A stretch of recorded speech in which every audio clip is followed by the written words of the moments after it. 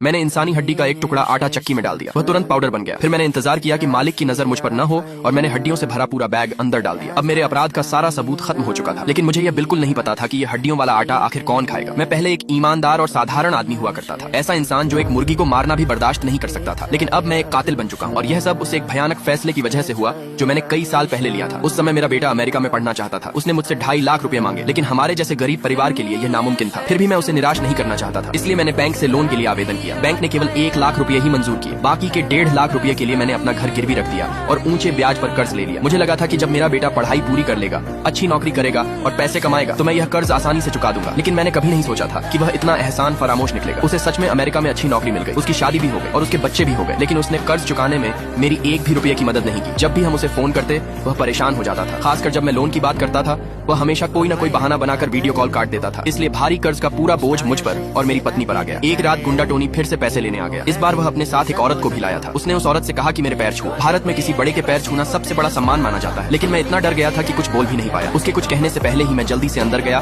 और इस महीने का ब्याज लेकर आ गया। जब टोनी ने देखा कि 2000 रुपये कम है तो उसने मुझे डांटा भी नहीं, बल्कि वह उस औरत को सीधे मेरे बेडरूम में ले गया। 1 मिनट बाद वे दोनों अस्त व्यस्त हालत में बाहर आए। कमरे की हालत देखकर मुझे समझ आ गया कि ये एक चेतावनी भी थी और अपमान भी। कुछ दिनों बाद मैं अभी बैंक से कुछ पैसे निकाल कर आया था, तभी टोनी ने मुझे फिर देख लिया। वह सीधे मेरे पास आया और पैसे छीन लिए। जब उसकी कार स्टार्ट नहीं हुई तो उसने मुझे कार धक्का लगाने का आदेश दिया। मैं विरोध करने की हिम्मत नहीं कर पाया और चुपचाप उसकी बात मान ली। लेकिन इतनी दुख भरी जिंदगी भी मेरी दयालुता को खत्म नहीं कर सकी। एक रिटायर्ड शिक्षक होने के बावजूद मैं गरीब बच्चों को मुफ्त में पढ़ाता था, यहाँ तक कि अपनी छोटी सी पेंशन से बचत करके मैं उनके जन्मदिन पर केक भी खरीद कर देता था। लेकिन वही बच्चे मुझे एक बड़ी मुसीबत में घसीटने वाले थे। उस दिन टोनी एक आदमी को लेकर मेरे घर आया। वह मेरा घर बेचकर मेरा कर्ज चुकाना चाहता था। मैंने मना कर दिया और उससे कुछ और दिन की मोहलत मांगी। तभी मेरी एक छात्रा अपना होमवर्क पूरा करके मुझे दिखाने के लिए ले आई। टोनी की नजर तुरंत उस छोटी लड़की पर टिक गई और उसी पल मुझे समझ आ गया उसके दिमाग में कुछ बहुत ही गंदी योजना चल रही है।